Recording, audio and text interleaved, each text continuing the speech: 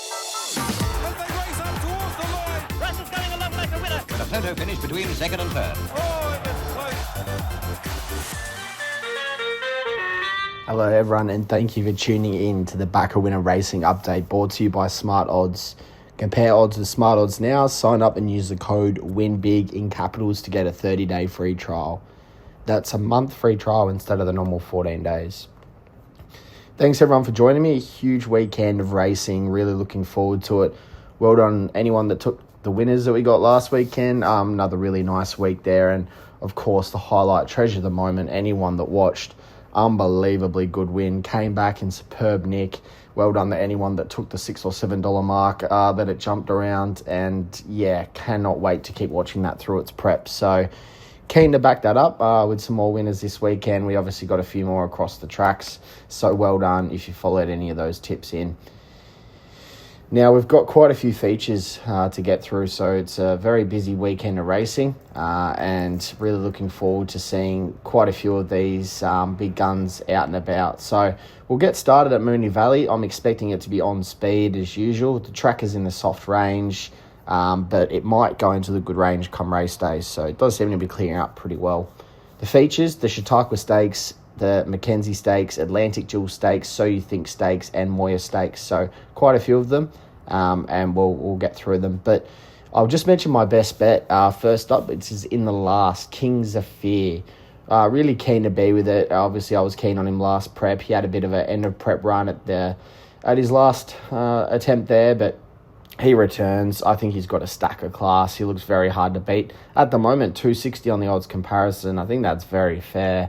A really good price for what is a highly promising runner. So that's who I'm keen to be with. I think he'll take plenty of beating in this. The Chautauqua Stakes, I'm with Angel Capital. This is race 5. I think the favourite here is tough to beat. It's ticked plenty of boxes, building a really good record. 1 out of 1 over this track and trip, and kept on ice for this. At the moment, 3 out of 3 fresh. So good race. A few of these do like the Valley. Red Hot Nick and Zoo Sensation both like the Valley. But I thought around the 260 mark on the odds comparisons, more than fair for a very promising runner. Race number 6, the Mackenzie Stakes. I found this a really tricky race. I expect this to be hotly contested and not much between them. I've gone with Space Rider around that $5 mark. I like the last start win, but there's a few question marks here. A couple of runners resuming, but I'm with the rock hard fit Space Rider, ready to go on with things. Race 7, I'm with Escher here. This is the Atlantic Jewel Stakes. Now, bear in mind, Escher's dual nommed, so she might come out of this field. So just keep an eye on there, and if she does, she'll go around in race 9. So that's my pick for race number 7. If she does come out, I think that the next in line there, you can back as Ole Dancer. 2 out of 2 to date in its career. Drawn a little bit wide, but going really well. Gets Blake Shin to negate the wide draw and the rise in weight. Race number 8 is the So You Think Stakes. I'm with the favourite here. Zardozi's run its chances for me. She's on a huge drift, but Desert Lightning comes off the back of a strong last start second, which is behind Private Eye. I think that's really good form for this. I think Private Eye's odds on and beats this lot. So that's who I'm keen to be with. Desert Lightning in race number 8. Race number 9, Escher. I'm hearing word that she might be going here. I'm keen to be with her. I think she's got a stack of upside.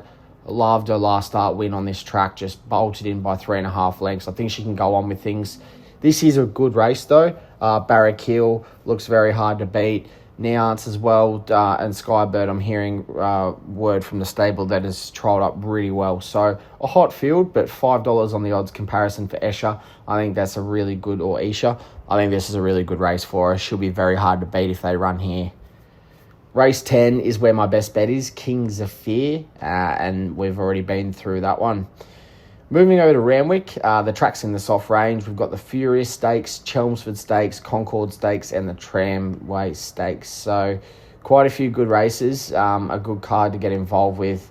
I'm just going to mention one earlier on in the day. Race number 3, Tickle Belly. A little bit of value here with Tickle Belly. It's got the job done for us a few times at odds, but I think this always runs well fresh. Hasn't missed a Quinella fresh. Doesn't mind a soft track and has placed on this track as well. So I think it ticks enough boxes from barrier 4 with Timmy Clark aboard. Around that $12 mark on the odds comparison looks a fair price.